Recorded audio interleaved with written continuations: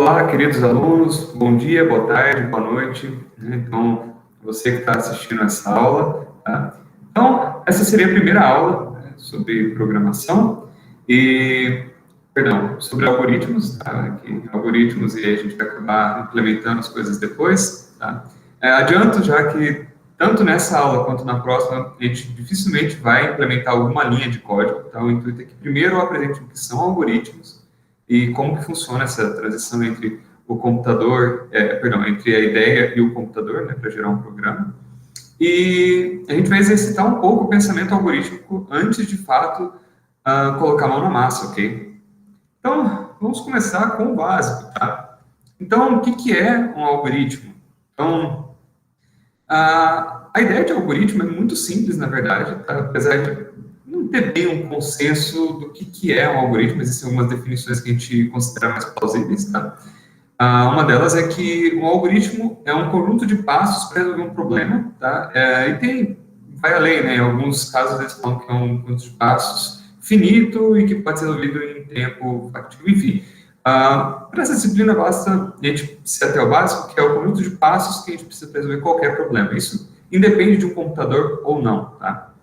E o fato de não depender de um computador, né, tem como consequência que a gente, às vezes, nem nota que a gente aplica certos algoritmos para o nosso dia a dia, né, e que, de fato, é um algoritmo, né, que a gente só chama de passo a passo para resolver algum problema, uma solução para um problema. Vamos pensar num exemplo muito básico, tá? Como que a gente faria? Vamos supor que eu tenho um pote de sal, um pote de café, e por algum motivo vamos supor que eu sem querer coloquei no pote de sal, estava, sei lá, com muito sono, tá? E eu fui encher o pote de sal e eu coloquei café dentro dele. Então eu enchi o pote de sal com café e o pote de café eu sem querer enchi com sal. Eu não tinha percebido, fui trabalhar e tal. Aí quando eu voltei do trabalho, eu cheguei em casa e falei, poxa vida, eu confundi, né, os dois potes.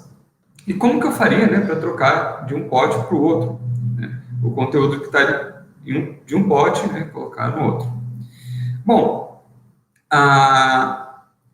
se você quiser, pausa aí, né, esse vídeo por alguns segundos, mas vou dar a solução agora, tá? Qual que seria a ideia? Bom, a gente poderia fazer o seguinte, a gente pegaria um terceiro pote, né, colocaria esse pote aqui, colocaria o conteúdo que está, por exemplo, no pote de sal nesse terceiro pote, colocaria meu pote, né, o que tem no pote de café, que é o sal, colocaria no pote de sal, e por fim, o conteúdo que está aqui nesse outro pote, que seria o café, colocaria no pote de café, tá? Pode parecer bobo esse problema, mas é um problema muito recorrente que a gente enfrenta quando a gente vai programar, tá? Que seria a troca de valores entre variáveis, tá? Adiantei já alguns passos, mas a ideia é muito simples, tá? Então, imagine que você tem esses dois recipientes e você quer trocar de conteúdo entre eles, você precisa de um terceiro recipiente, e aí você, então, passa o conteúdo de um para esse recipiente, conteúdo do outro para o outro, e, por fim, preenche o que faltou, que estava faltando conteúdo. Perceba, eu não cheguei a falar em momento algum, mas isso é um algoritmo, né? É um conjunto de passos que a gente definiu. A gente poderia escrever, de certa forma, um conjunto de instruções para fazer troca de conteúdo em pods. Tá? Um outro exemplo, Torre de Hanoi. Vamos supor que você, sei lá, está lá com os seus 7 anos de idade, 8, e algum tio muito legal te presenteia, né, com esse fabuloso brinquedo que seria a Torre de Hanoi. Né? Então, você tem lá as 3 pecinhas, né, os 3 suportes, e os 3 discos. Né? E qual que é a ideia da Torre de Hanoi? A ideia é que você pegue, né, independente da ordem que estão esses 3 discos, você pegue, como eles estão distribuídos, você coloque, então, em algum lugar, né, nessa ordem. Você pode ou definir, né, em qual base você quer que eles fiquem, e você tem que ter certeza que o maior está embaixo e o menor está em cima. Tá? Então, vamos supor que a gente tem aqui a Torre de Hanoi, né? Então, sei lá, a gente tem uma distribuição assim. O disco azul está aqui, que é o menor, né? O disco azul, verde e vermelho. Então, a gente tem o verde, vou colocar o vermelho aqui, e o verde aqui. Tá? E eu não coloquei em escala, vamos aumentar um pouquinho isso aqui. Legal. Então, vermelho, verde e azul. Essa é a ordem. Tá? O verde é um pouquinho maior que o vermelho e o azul é menor de todos. Vamos supor que toda vez que você recebesse esse problema de organizar a torre de Hanoi, você tivesse essa configuração. Tá? Quais seriam os conjuntos de passos que você precisaria para resolver esse problema? Bem simples, né? Não tem muito problema aí. Da forma que está, né? Então você poderia falar, eu vou colocar então o conteúdo que está nessa torre aqui, ou seja, vou colocar o disco verde nessa torre, então vou apagar aqui e colocar o disco verde nessa torre. E eu vou colocar o disco azul agora por cima dessa torre. Então, eu vou apagar o disco azul aqui, colocar nessa torre, e vou lá, resolvido o problema da torre de Hanoi. Mas perceba que eu precisei passar uma sequência de passos. Né? Não falei que vocês podiam arrancar os dois ao mesmo tempo e colocar em ordem. Né? Então, há uma sequência quando a gente fala sobre algoritmo. Tá? Então, é importante se atentar a essa questão da sequência. Enfim, existem formas da gente representar um algoritmo, né? E uma delas é o fluxograma. Ela é uma forma gráfica, então, da gente colocar nossa ideia, né? Quando a gente quer resolver um problema, da gente poder, então, organizar ou a nossa ideia no papel para fazer o planejamento, ou quando a gente já tem um conjunto de passos que a gente usa para resolver um problema, a gente poder documentar isso e outras pessoas lerem e entender o que a gente quer passar. Fica visualmente, dependendo da solução, muito melhor para resolver o problema. Tá? Fluxograma, por ser uma forma gráfica de resolver um problema, a gente precisa, obviamente, de símbolos, né, de alguma forma de desenhar isso. E qual que é a ideia? A gente tem esses 4 símbolos, na verdade, o fluxograma é um pouco mais complexo, mais completo também, né? E existem padrões, né, para como se escrever, para se desenhar o fluxograma. Eu vou convencionar algo em aula que talvez não seja um padrão, né? Sei lá, um padrão internacional, algo do tipo, mas é o mais próximo possível do que seria um padrão, para facilitar a nossa vida, porque o foco não é fluxograma, e sim o algoritmo em si, ok? Então, qual que é a ideia do fluxograma? A gente vai ter, por exemplo, um símbolo, como, por exemplo, um processo, algo que a gente vai falar que vai fazer, então, faça isso, faça aquilo, resolva aquilo. Cada quadradinho, sei lá, pode passar ou para outro quadradinho ou para um outro losango, e a gente usa seta para indicar a sequência, tá? O losango indica a condição, esse símbolo aqui, que eu não lembro qual que é o nome, acho, se não me engano é um rhomboide, é um nome estranho, realmente não lembro, representa o fim, né, de um algoritmo, né? Não do algoritmo em si, mas assim, o fim daquele conjunto de passos, dependendo do fluxo que a gente está seguindo. E esse losango indica entrada e saída de dados, tá? Alguns autores acabam colocando que, na verdade, tem um para entrada, outro para saída, dependendo do tipo de entrada, ele tem um porte, enfim. Vamos convencionar só para essa disciplina e só para esse contexto que isso indica tanto entrada quanto saída, para facilitar a nossa vida, tá bom? Normalmente, a gente usa setas para indicar de um passo para outro, ok? Então, vamos fazer aqui a ideia, né, de resolver a questão do troca de conteúdo entre pods, tá? Usando o fluxograma. Deixa eu ver se eu consigo tirar. Eu não sei se minha gravação aqui afeta na tela, né? Se a minha imagem aqui, coloquei, altera o que vocês vão ver no vídeo depois, tá? Vou tentar não deixar no meio do caminho, ficar toda hora movendo. Então vamos lá. A gente tem um pote de sal com café e a gente tem um pote de café com sal. Então, vamos colocar essa ideia no fluxograma. Qual que é a ideia? Tá? Para resolver esse problema, vou colocar um quadrado para indicar aqui uma instrução, né? Vamos dar uma instrução para alguém. Então, pegar um outro pote, pode ser essa instrução. Então, vou pegar outro pote. E eu vou chamar ele de P maiúsculo, tá? Só para ficar mais fácil de escrever, não ficar gigante aqui, né, o que está escrito. O que eu vou pegar do outro pote, então, né, eu já peguei outro pote. Qual que é o próximo passo?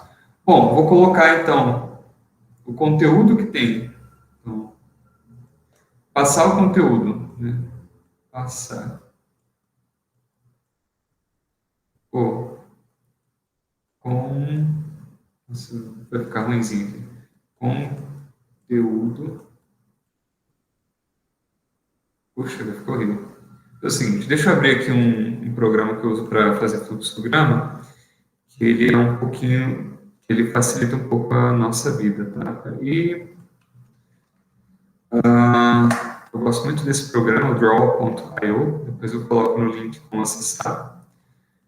Vou colocar aqui, vou colocar,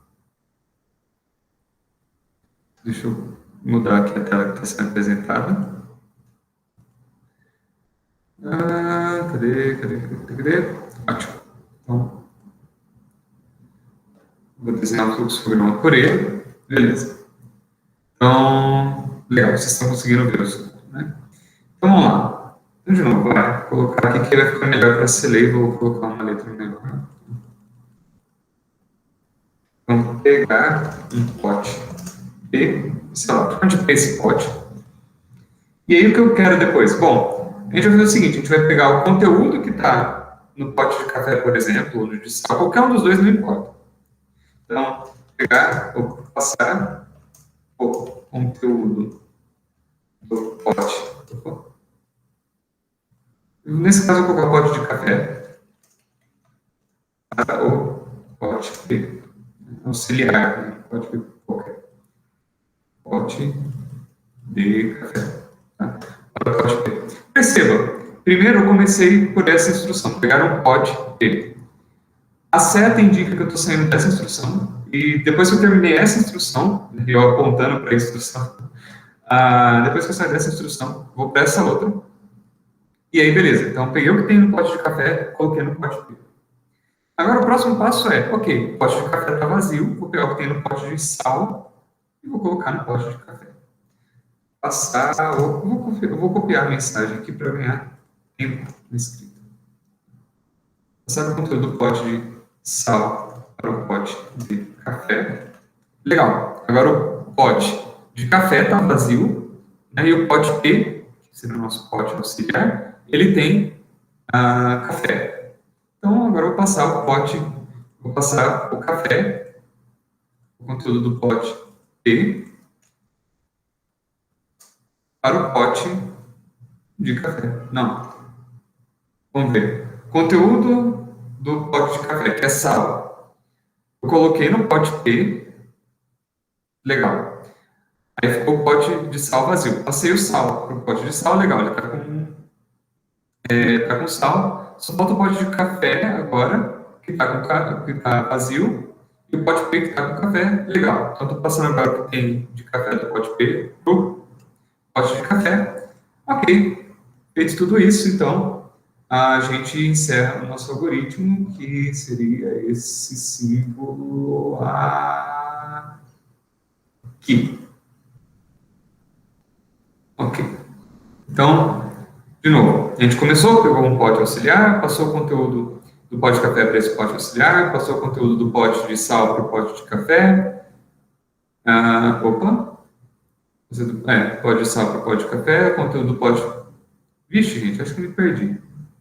Vamos mais uma vez. Deixa eu ver se eu consigo desenhar. Não vou conseguir desenhar aqui.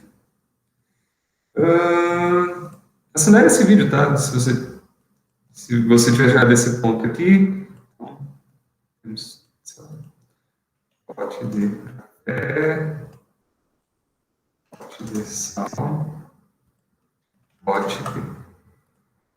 Então, vou colocar embaixo que tem cada um.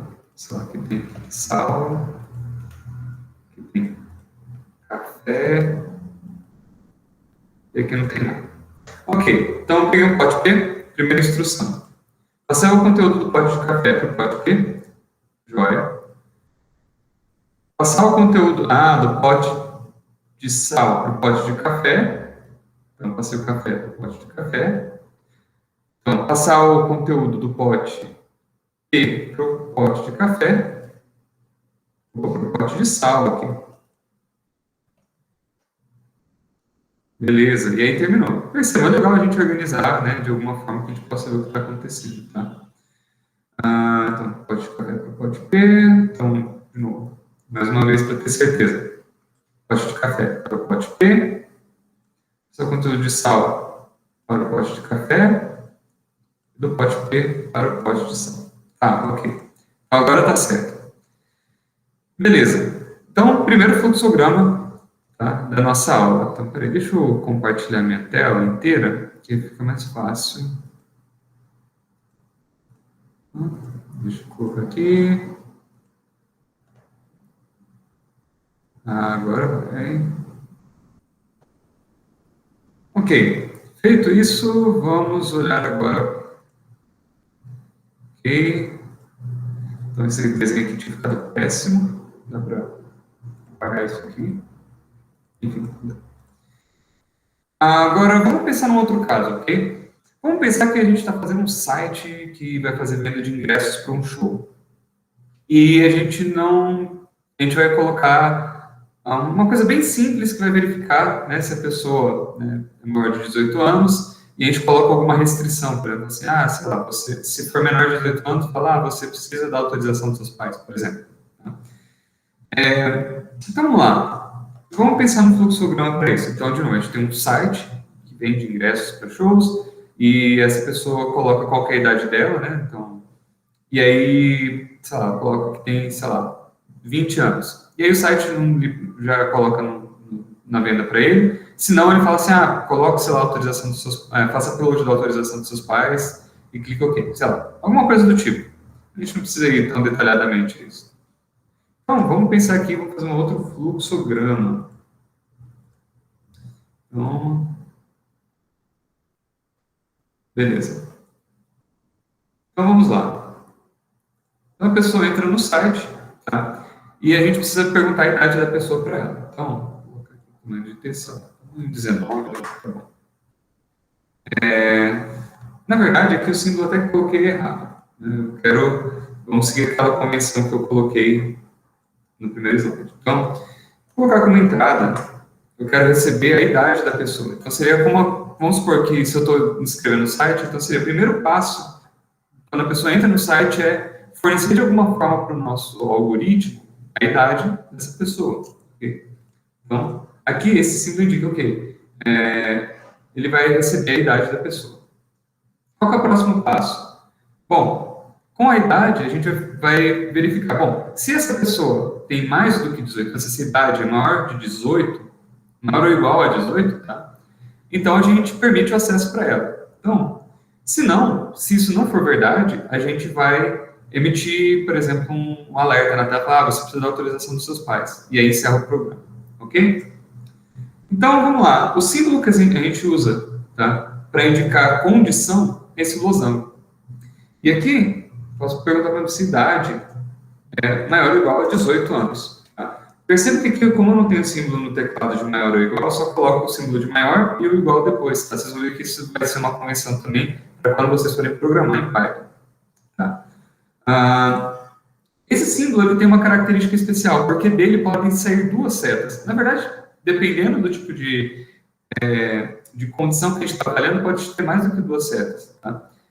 Mas no nosso caso, a gente está fazendo perguntas se algo é verdadeiro ou falso. Então, como só existem essas duas possibilidades, podem sair duas setas. Vou colocar uma seta para cá, eu vou, sei lá, vamos supor que isso seja verdade, a pessoa tem mais do que 18 anos. Vou colocar um V aqui. Então, ele vai escrever na tela, né? Então, escrever na tela, sei lá, vou colocar escreva, né? Então, eu vou colocar entre parênteses aqui, por enquanto isso vai ficar um pouco confuso, tá? Por que eu uso parênteses? Tá, mas isso é uma instrução, estou falando assim, escreva na tela algo, tá? Então, assim, você será redirecionado para as vendas. Deixa eu entrar assim. Beleza. E aí, né, daqui ele já encerraria o programa. Precisa desse símbolo aqui. Ok? Então, beleza, de novo. Primeira coisa, quando começou o programa, qual foi a primeira coisa que ele fez? Receber a idade da pessoa. Então, ele fica esperando a pessoa escrever a idade dela, colocou a idade. Aí aqui ele perguntou, o próprio sistema está fazendo uma pergunta para ele mesmo, tá? O que está nessa idade que a pessoa forneceu é maior ou igual a 18? Se isso for verdade, perceba que tem um V aqui na seta, então ele vai escrever na tela, você será redirecionado para as vendas. Tá? E aí ele encerra o programa. Agora, se isso aqui não for verdade, tá? Vou fazer uma outra seta aqui, for falso, se essa afirmação aqui for falsa, tá? A gente pode escrever, emite um alerta, sei lá, emite alerta. Um alerta que, sei lá, você precisa sei lá, da autorização dos seus pais, por exemplo. Não sei se é verdade isso, mas, enfim. Então aqui a gente tem um fluxograma um pouco mais complexo, tá? Um pouquinho diferente, tá? Então, mas, de novo, perceba um conjunto sequencial, tá? Então, de novo, primeiro, pergunta a idade. Segundo, avalia se essa idade é maior ou igual a 18. Tá? Supondo que isso é verdadeiro, então, quando isso é verdade? Tá? No momento que a pessoa forneceu uma idade, por exemplo, forneceu 21. Isso aqui vai dar verdade, então ele vem para esse lado aqui.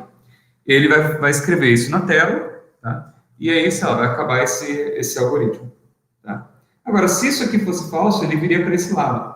Então, ele segue fluxos diferentes para cada condição. Tá? E a gente pode ter mais do que uma condição, a gente pode ter várias decisões. Tá? A gente vai ter uma aula só sobre estrutura de decisão.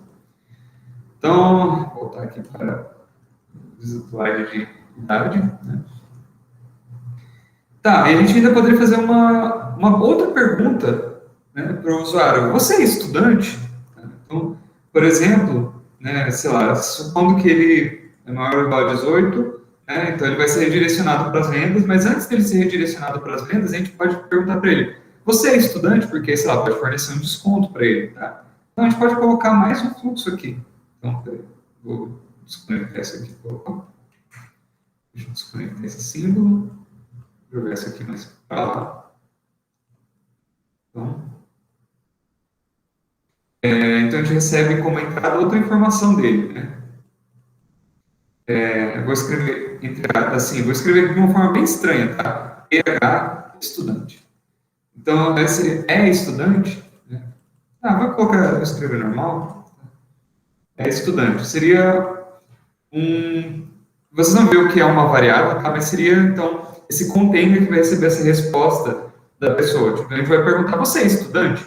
E aí vai colocar nesse lugarzinho, né, se isso é verdade ou não. A pessoa vai, por exemplo, selecionar, né, sim ou não. Tá? Em vez de colocar isso, então, nesse conteúdo, nesse containerzinho aqui, se essa pessoa é estudante ou não.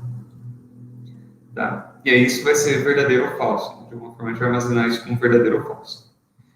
E aí a gente pode verificar, então, né, essa variável, estudante. Então, peraí, vou arrastar esse resto aqui mais para lá. Vamos um off por enquanto.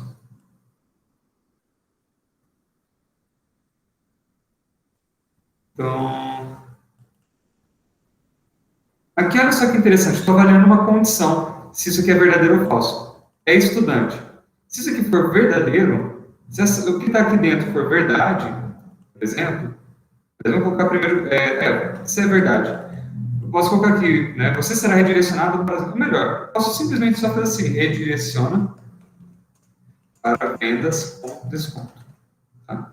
Pronto, aí o nosso sistema a gente tem uma instrução lá que de alguma forma vai redirecionar esse cara que tem maior, essa moça que tem mais do que 18 anos, ou tem 18 anos, e que é estudante, né, para comprar, então, ingressos com desconto. Caso contrário, se isso não for verdade, se isso aqui é falso, se o que está aqui dentro é falso, então a gente pode redirecionar para vendas sem desconto. E encerra também o programa. Tá bom? Beleza. Dá para ir além, né, nessas questões, mas não vou aprofundar muito, não perder muito tempo nessas questões, tá bom? Para quem, né, se lembra das aulas de ensino médio, talvez até alguns do fundamental, vocês devem se lembrar, né, a gente tem esse tipo de equações de segundo grau, em que a gente tem relação dessa forma, um polinômio de grau 2, né, que se iguala a zero, e aí a gente tem, então, uma variável a qualquer, multiplicando uma variável x quadrado, uma variável b multiplicando x a primeiro grau, e somado com uma constante. Ok. Isso aqui pode variar, a gente pode ter uma equação, sei lá, x quadrado mais 2, por exemplo, ou seja, b vale zero e c é igual a 2. Então, a gente pode ter 3x quadrado menos 1 vezes x, ou só x, né? Ou isso aqui ser igual a zero, por exemplo. Enfim, independentemente disso, vamos supor que vocês querem ajudar os amigos de vocês que estão no ensino médio, vocês querem que eles façam uma calculadorazinha para eles, né, para ajudar a estudar no vestibular, para ver se está certo o que eles estão fazendo. E aí, vamos supor que lá na questão do vestibular, então venha com um número qualquer aqui, outro número aqui e outro número aqui. E aí você pede para essas pessoas passarem para você, né, então, passa para mim qual que é o valor da variável A, qual que é o valor da variável B e qual que é o valor da variável C. E aí a gente vai calcular, então, para você quais seriam as raízes, quais deveriam ser os valores de x para que isso aqui fosse verdadeiro, para que essa afirmação fosse verdadeira, tá? Então, vamos lá. Então, fórmulas para vocês se lembrarem, né? Não coloquei as fórmulas aqui, mas duas fórmulas, tá, que são usadas para a gente resolver esse problema. A primeira é para o cálculo do delta. Eu não consigo ver Ctrl Z aqui, tem que apagar isso. Horrível. Primeira fórmula do delta.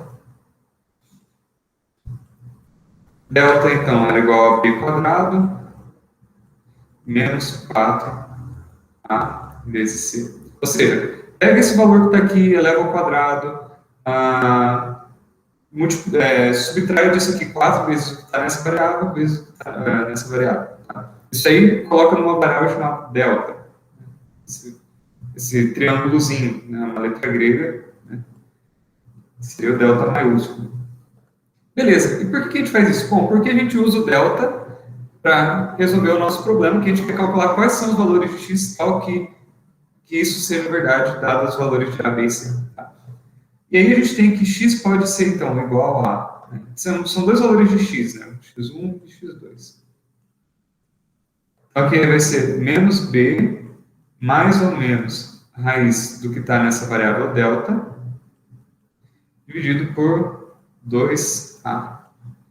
E aqui é menos b, opa, aqui não é mais ou menos b, se eu já dividi, tá, vou colocar menos aqui, menos b, mais raiz de delta, dividido por 2a. Ok, então essas são as fórmulas que a gente tem que lembrar. Então qual que é o passo a passo? Legal, calculo o delta, depois com o delta eu uso para calcular o x1 e calcular o x2. Mas tem um porém aí, tá? Isso aqui só é válido quando a gente tem que delta é maior ou igual a zero, ok? Por quê? Se não for maior ou igual a zero, então isso aqui só acontece quando delta é maior ou igual a zero. Por quê? Bom, a raiz quadrada de um número negativo não pertence ao conjunto dos números reais, tá? E a gente teria que colocar como conjunto de números complexos, que normalmente não é o caso quando a gente está numa questão de vestibular, por exemplo, tá? Nesse caso, então a gente vai fazer o seguinte, se delta for maior ou igual a zero, beleza. Se não, o que a gente coloca? Que a gente geralmente coloca, sei lá, x não pertence... eu não lembro qual era o símbolo, se não me engano é o e riscado, né? Esse aqui é o e, então pertence, não pertence aos reais, por exemplo. Beleza. Então, isso se delta for menor do que zero. Implica nisso aqui. Legal. E como que a gente coloca isso num fluxograma, tá? Então, vamos voltar ao nosso esboço. Então, como que a gente vai começar esse nosso programa? Bom, a gente vai pedir para o usuário, então, fornecer uma entrada de dados para a gente, as variáveis A, B e C. Ou seja, a gente vai falar para o usuário o seguinte, olha, forneça o valor de A. Ele vai escrever o valor de A, apertar Enter. Ou, forneça o valor de B. Ele vai escrever, apertar Enter. Forneça o valor de C. Escrever, apertar Enter. Bom, toda vez que eu escrever A na tela, por exemplo, vai aparecer o valor que o usuário escreveu na tela. Idem para B e para C. Legal. Qual que é o próximo passo? Agora que a gente tem os valores de A, B e C, a gente agora vai calcular o delta. Okay. Vamos calcular o delta, então. Então, eu falei o seguinte, vou escrever D, né? Eu não tenho o símbolo delta no teclado, então vou escrever D, né? Colocando nessa letra D. Coloco que D vai receber o valor, e agora perceba, eu não vou colocar igual a gente colocou na forma, vou colocar uma seta para a esquerda. Tá? Isso significa que estou colocando um valor que está aqui à direita nessa variável D. Estou colocando, então, o valor que a gente vai calcular nesse símbolozinho D, que está aqui à esquerda. Tá? Vou calcular, então, que é B ao quadrado, tá? Menos 4 vezes A vezes C. Então, essa aqui era a nossa formulazinha. Tá? Vocês vão ver que quando a gente for programar em Python, a gente não usa esse símbolo para elevar ao quadrado, mas por enquanto eu vou manter esse símbolo, tá? Então, de novo, vamos interpretar isso aqui que eu coloquei. Aqui eu estou dando uma instrução do nosso algoritmo, ok. Agora que a gente tem os valores de A, B e C, a gente vai calcular o delta. Como calcula o delta? É B quadrado menos 4A vezes C. Tá? Perceba, eu usei asterisco para representar a multiplicação, não usei o X, tá? Porque no teclado ficaria muito ruim, a gente teria algumas variáveis. Vamos supor que a gente está fazendo alguma conta que tem uma variável chamada x. Tá? Então não daria certo usar esse símbolo, então usa-se o asterisco para indicar então a multiplicação. Tá? O menos permanece, tá? Então o tracinho indica o símbolo de menos. Tá? Então eu estou pegando aqui b, estou levando ao quadrado, subtraio de 4 multiplicado por a vezes c. Tá? O resultado dessa expressão inteira aqui, o resultado disso aqui, tudo que está à direita da seta, vai ser colocado em D. Pensa que a seta está indicando para onde vai esse resultado, ok? Mais para frente eu vou explicar um pouco sobre a atribuição de valores. Certo. Então, agora que a gente calculou delta, qual que é o próximo passo? A gente vai verificar, então, né, se delta é maior ou igual a zero, se delta é menor do que zero. Então, vamos fazer o seguinte. Vamos fazer essa pergunta aqui para a nossa variável. Então, a gente vai ver, delta é menor do que zero? Porque se for menor do que zero, o que a gente vai falar para o usuário? A gente vai colocar para ele, né? A gente vai fornecer como saída, eu vou usar isso aqui tanto para entrada como saída. Posso fornecer como saída, por exemplo, não vou colocar como saída, isso vou escrever na tela para ele. Então, vou colocar aqui, escrever na tela, escreva,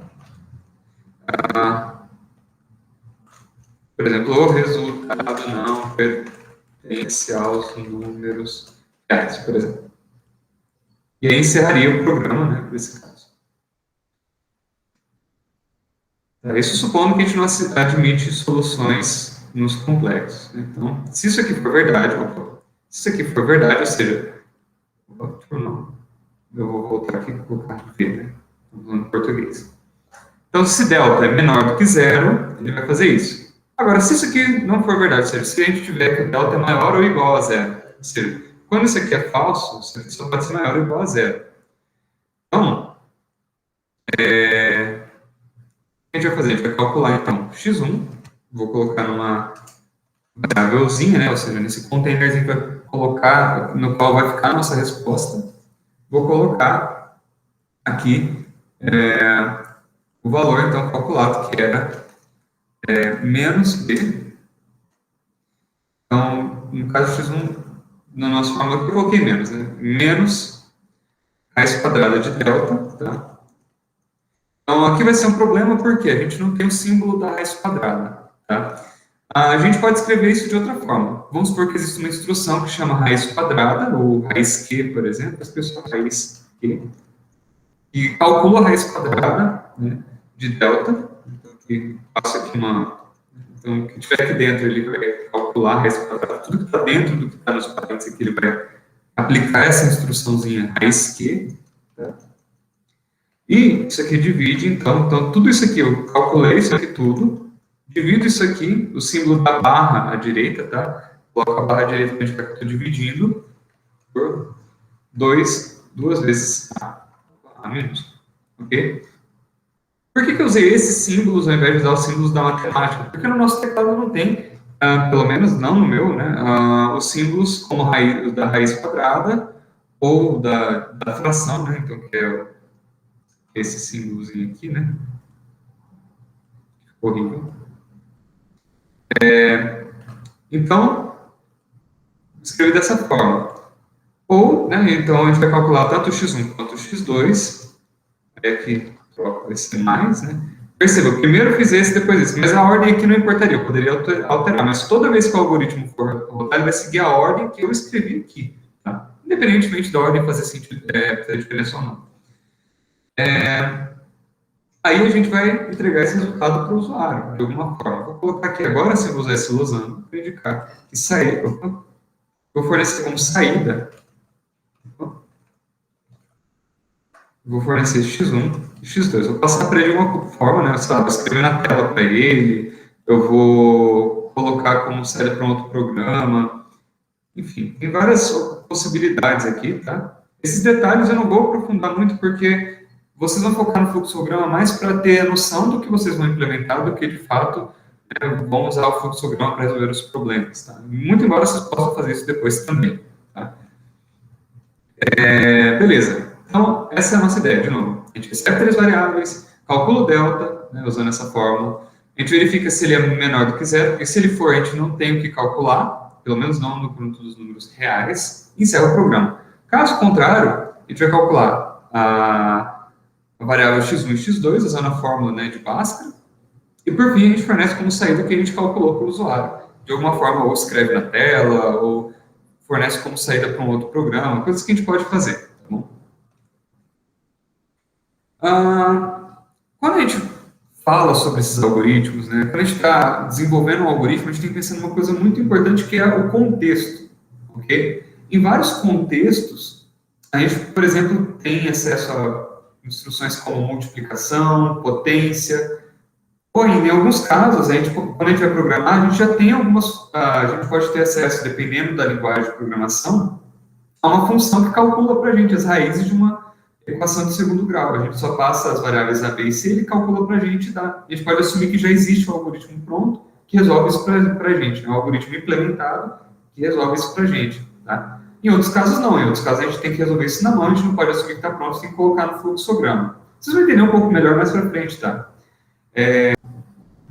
Bom, então vocês perceberam que em vários momentos da implementação, né, do fluxograma, eu falei sobre esses pequenos elementos que são containers, né, e que armazenam algum valor, né, dentro do nosso código.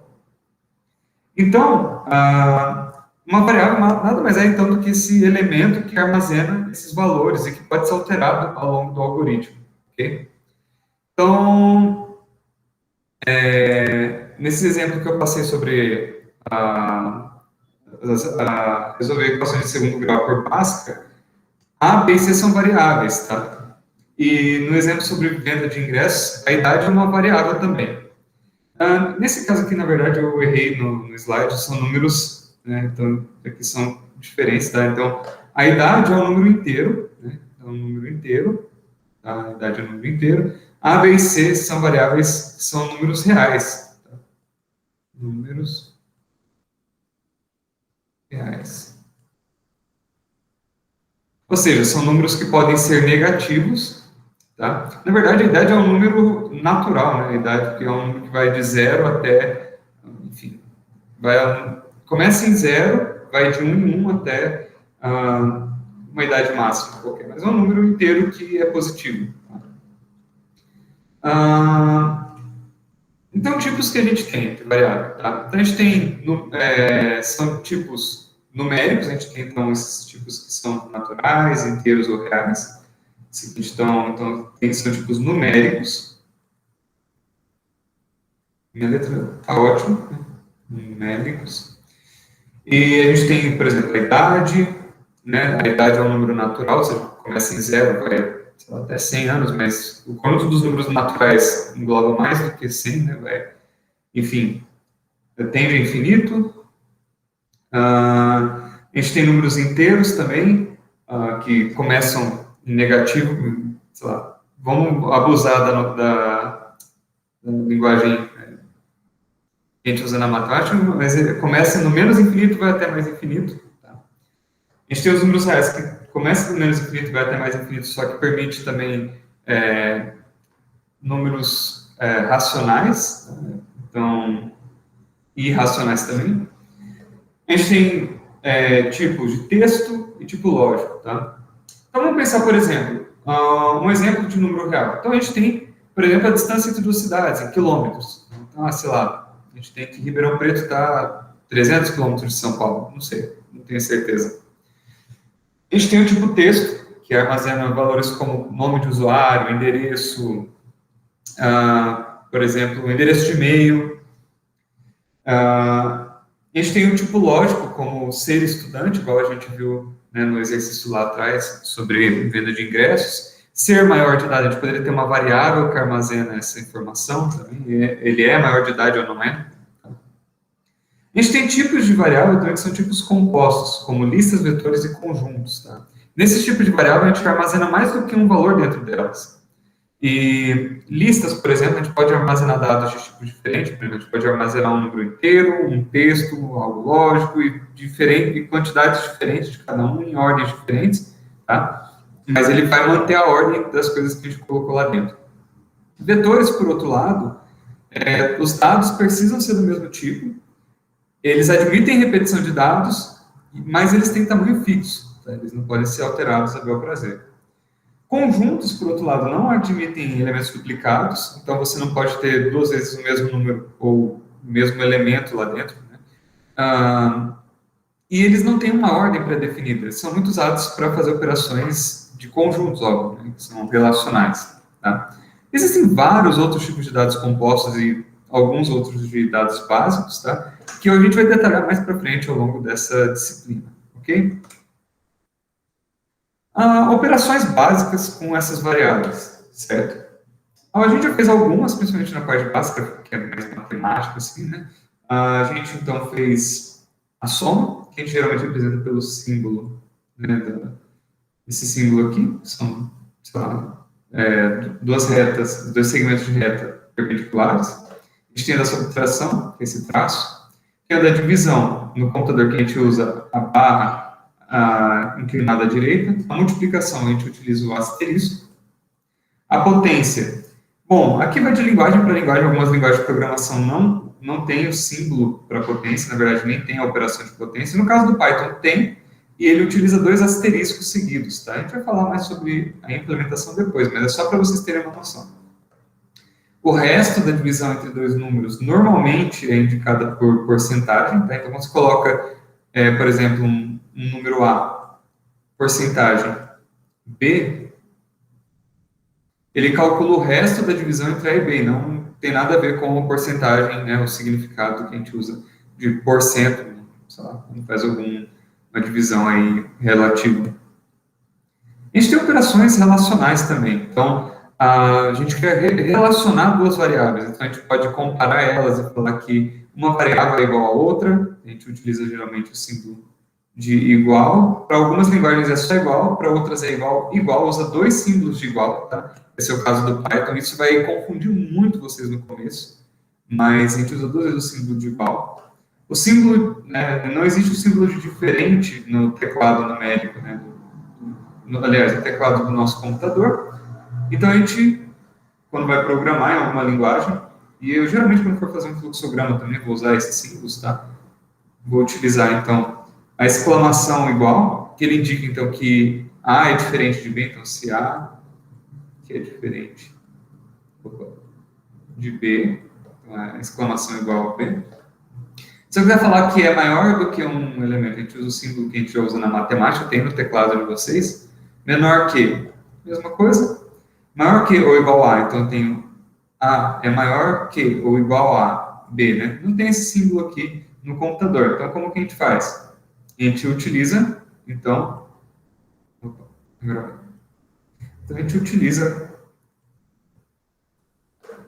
o símbolo de maior, o símbolo de igual, e a mesma coisa para menor ou igual a, menor que ou igual a, então é o símbolo de menor que ou igual a B.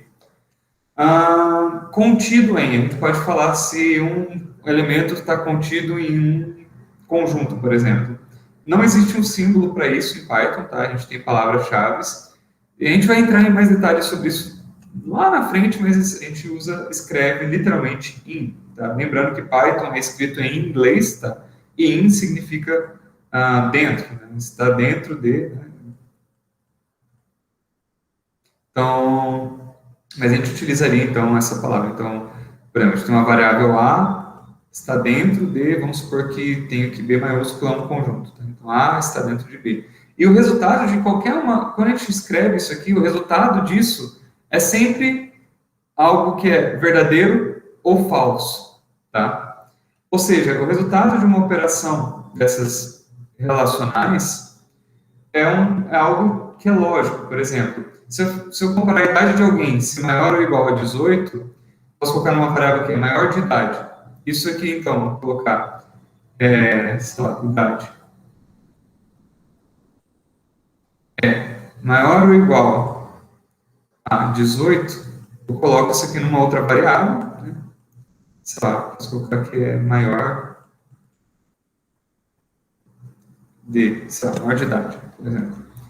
E aí o resultado disso aqui é algo que é ou verdadeiro ou é falso. Então, vamos supor que a idade vale 10, por exemplo, vai ser falso. Está falando que essa afirmação aqui é falsa.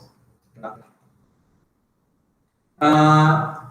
A gente tem também operações lógicas, ou seja, vamos supor que a gente tem uma variável que é lógica, maior de idade, a gente pode negar essa variável, então se eu falar não, né, então not, né, no Python, por exemplo, não em inglês, né, not alguma coisa, então, not maior de idade, por exemplo, maior, isso aqui, maior, isso aqui é uma variável, então o resultado disso aqui seria um verdadeiro ou falso, e aí eu vou negar. Então, se isso aqui é verdadeiro, se eu negar isso, vai ser algo que é falso, por exemplo. Então, e se isso aqui for falso, se eu negar isso, vai virar verdadeiro, tá? A gente vai ter uma aula que eu vou falar de condições, eu vou explicar um pouquinho sobre operações lógicas, tá? Um pouco sobre operações booleanas. A gente tem a conjunção, né, que seria, então, algo é verdadeiro e outra coisa também é verdadeira. O resultado disso seria o verdadeiro ou falso, tá? De novo, a gente vai ver isso com mais detalhes na aula sobre operações lógicas, que vai ser em condições. E, por fim, de junção, ou, né, ou seja, algo é verdadeiro ou algo é verdadeiro. Então, isso pode ser verdadeiro ou falso também. O resultado dessas operações sempre vai resultar em um valor lógico. Tá? E a gente pode atribuir valores a variáveis. Então, a gente tem a atribuição, que a gente indica, né, quando a gente vai escrever um pseudocódigo, num fluxograma, a gente costuma usar uma seta para a esquerda. No Python, vocês vão ver que não é com a seta, na verdade, seria x. O símbolo de igual é usado para atribuir um valor. Então, 10 vai ser o valor que vai ser colocado na variável x, tá bom? Os tipos de dados são muito importantes para a gente saber quais operações a gente pode fazer com essas variáveis. Não faz sentido a gente tentar, por exemplo, negar uma variável que é um número inteiro, por exemplo. O que vai acontecer se eu negar, por exemplo, 30? Não faz sentido. E, ao mesmo tempo, não dá para somar um texto, por exemplo, a um tipo lógico. Né? Então, se ela coloca o meu nome, que é um texto, sei lá, Carlos, André, e vou tentar somar com 3, o que isso não faz sentido também. Tá? Subtrair dois números naturais faz sentido, só que o resultado não é um número natural, vai ser um número inteiro. E dependendo da aplicação, você não quer um número inteiro. E pior, em alguns casos, a conversão de um número natural para um número inteiro não é tão fácil para a linguagem de programação, né, para o interpretador que a gente for usar, e ele vai acabar causando algum comportamento que a gente não esperava, tá? Então, ter em mente o que é o tipo das variáveis que a gente está trabalhando é muito importante. E como que a gente chega a um programa de computador por meio dos nossos algoritmos?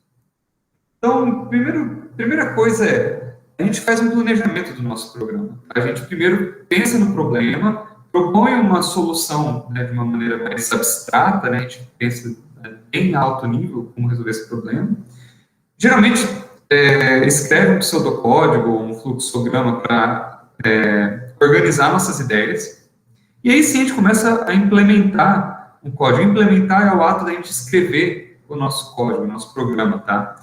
E o nosso código, ele é o intermédio entre o que a gente entende e o que a máquina vai entender, tá bom? E aí, essas instruções, de alguma forma, são convertidas para um código binário e são executadas essas instruções, tá? A nível de processador. E aí, gerando o resultado que a gente espera. Tá? Isso a bem grosso modo. Existem dois tipos de programa de computador, existem os programas compilados e os programas interpretados, né?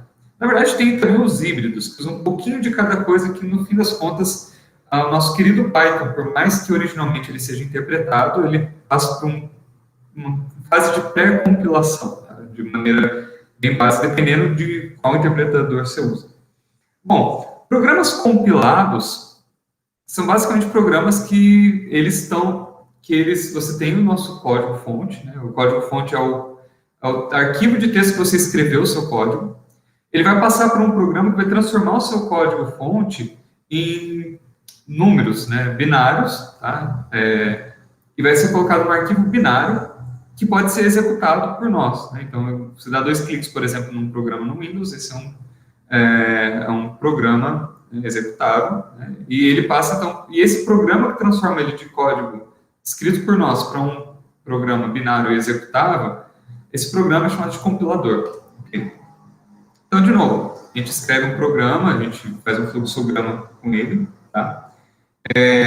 Isso aqui é uma implementação, por exemplo, de linguagem C, tá? Então, a gente primeiro fez o planejamento, vamos supor, o programa lá de Bhaskara, né, para resolver equações de segundo grau. Então, a gente recebe as 3 variáveis A, B e C, cálculo delta, enfim, acaba o programa. Né?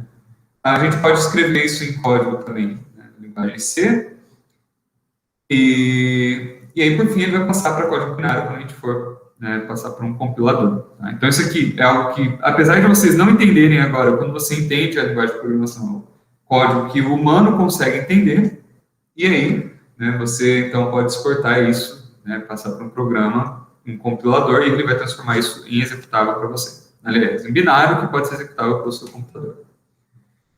Os programas interpretados, por outro lado, um programa puramente interpretado, o que ele faz? Bom, ele, na verdade, linha a linha, ele vai pegar cada parte do seu texto escrito, né, do seu código, vai interpretar isso, ele vai quebrar em tokens, vai analisar se está certa a sintaxe, e vai, se tudo estiver correto, ele vai executar linha a linha do seu código sem precisar compilar antes, tá? E, normalmente, esse tipo de programa é um pouco mais lento do que programas que são compilados, tá? Dependendo, né, do compilador que você usa, da linguagem que você usa, ok? Python, originalmente, era assim, ele era puramente interpretado, tá? E ele executa, então, a cada linha, cada uma das instruções, né? Só que, hoje em dia, o Python, ele, para ganhar um pouco de desempenho, toda vez que a gente roda a máquina virtual do Python, ele primeiro passa por uma série de passos para deixar um pré-compilado, entre aspas, do nosso programa, que não é necessariamente em binário, né? Ele não é um binário executável, porque a nossa máquina ainda não entende o que está nesse programa intermediário. Mas ele, basicamente, ele transforma numa linguagem intermediária, que é um pouco mais, que é muito mais baixo nível, aliás, do que o que a gente escreveu, que é mais compreensível para o ser humano. E aí a máquina vai, então, interpretar, né, essas instruções pré-compiladas, né, do nosso programa. De qualquer forma, independentemente, né, da linguagem de programação que você for trabalhar, os programas são escritos antes num arquivo texto qualquer. Você pode abrir o arquivo texto e escrever, tá? Normalmente a gente usa uma interface, né, própria para esse tipo de coisa, mas você pode clicar com o editor de texto como o Notepad do Windows, ele vai abrir normalmente, tá? E é assim que você vai desenvolver, então, você vai colocar seus algoritmos para serem executados para um computador, tá? Bom, funções e procedimentos. Esse aqui seria os últimos elementos que eu acho que são importantes de mostrar na introdução ao algoritmo, né, aos algoritmos. E o que são funções, né, e procedimentos? Funções são instruções que agregam um conjunto de outras instruções e retornam algum valor no fim. Então, quando ela acaba essa instrução, ela devolve um valor na saída.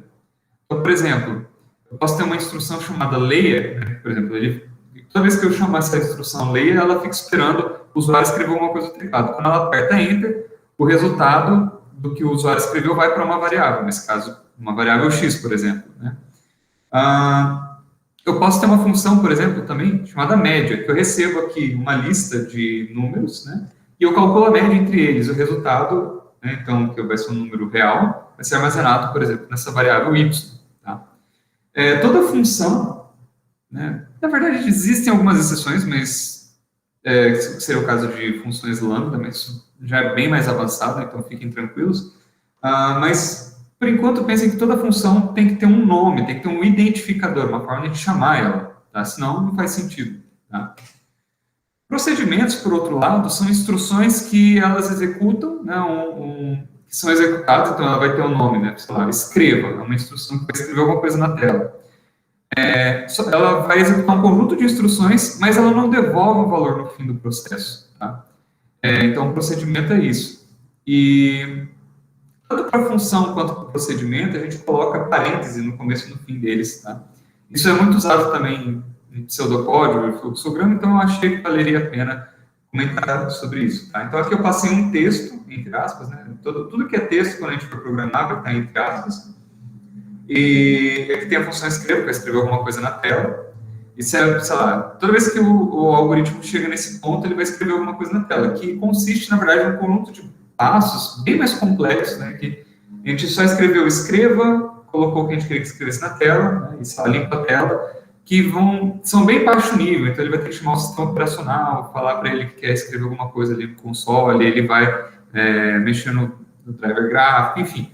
Ele vai fazer um monte de coisa que seria muito difícil para a gente fazer, escrever manualmente toda vez que você querer escrever alguma coisa na tela, né, ele faz isso por conta própria, né? Por conta própria não, digo, ele já deixou isso pronto para a gente, numa chamada só, escreva, ele resolve todos esses problemas para a gente, tá? Ok, eu vou deixar aqui uma série de exercícios que eu vou ler aqui, né, para descrever o problema, e no próximo vídeo eu vou resolver esses exercícios com vocês. Vai ser um vídeo bem mais curto do que esse, provavelmente, tá? Esse primeiro vídeo foi bastante coisa, mas eu queria deixar bem completo o que são algoritmos, tá? Mas vocês tentem resolver por conta própria esses exercícios. Se tiver dúvida, manda nos comentários, tá? E no próximo vídeo eu mando as soluções. E aí a gente talvez resolva algumas dúvidas, tá? Mas dependendo do tamanho da dúvida, eu acho que seria melhor eu falar no próximo vídeo também. Então, o primeiro exercício, né, que eu gostaria que vocês resolvessem, eu quero que vocês elaborem um algoritmo em fluxograma, tá? Quando vocês lerem o algoritmo, eu quero que vocês façam em fluxograma e ler dois números quaisquer. Eu quero que vocês leiam dois números, recebam dois números quaisquer, e calcula a média entre eles e coloque o resultado, né? Forneça como sair o resultado, não precisa exibir na tela nem nada, né? Só coloca o resultado, tá? De como sair do resultado. Então, faça o fluxograma desse programa, é bem simples esse aí, eu acho que 3 instruções são mais que o suficiente. Um algoritmo calculado de um triângulo.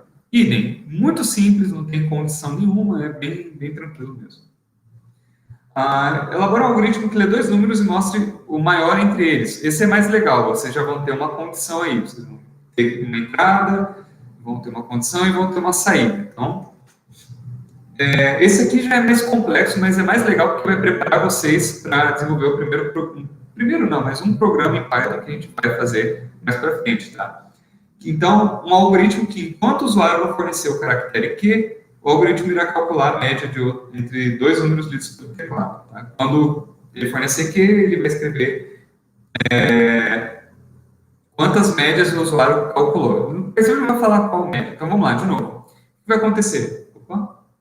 Então, suponha que você é o usuário que vai usar esse algoritmo. Tá? Vai aparecer na tela algo como quer continuar? Por exemplo, vai começar o programa e vai falar, quer continuar?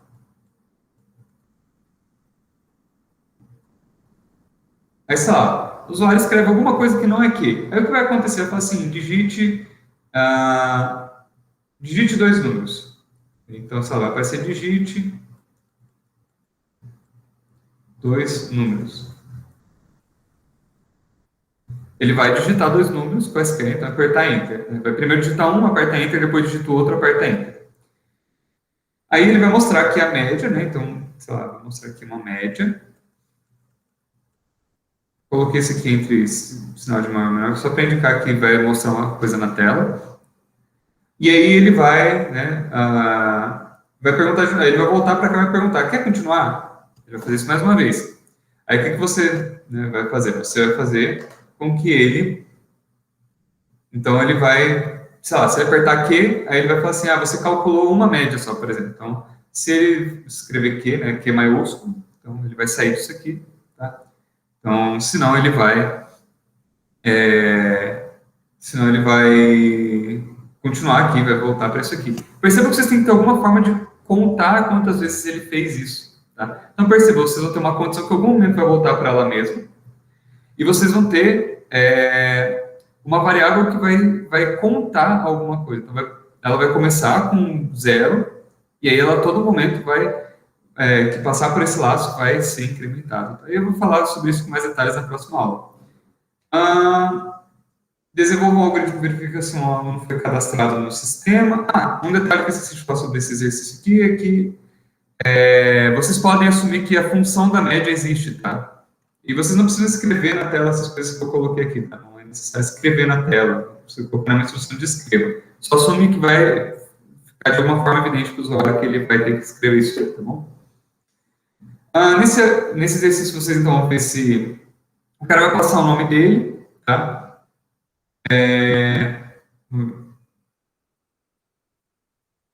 Alguém vai passar o nome desse usuário e aí ele vai verificar se existe numa lista de usuários de alunos se esse nome está na lista. Esse exercício em particular acho que eu vou fazer então na próxima aula com vocês, mas não precisa se preocupar porque eu não mostrei nada sobre listas, tá? Então, esse outro exercício ele é bem mais difícil, eu não falei sobre repetições, mas com o que eu mostrei já dá para fazer. Tem algum momento que você vai ter uma série para voltar para a pergunta, tá?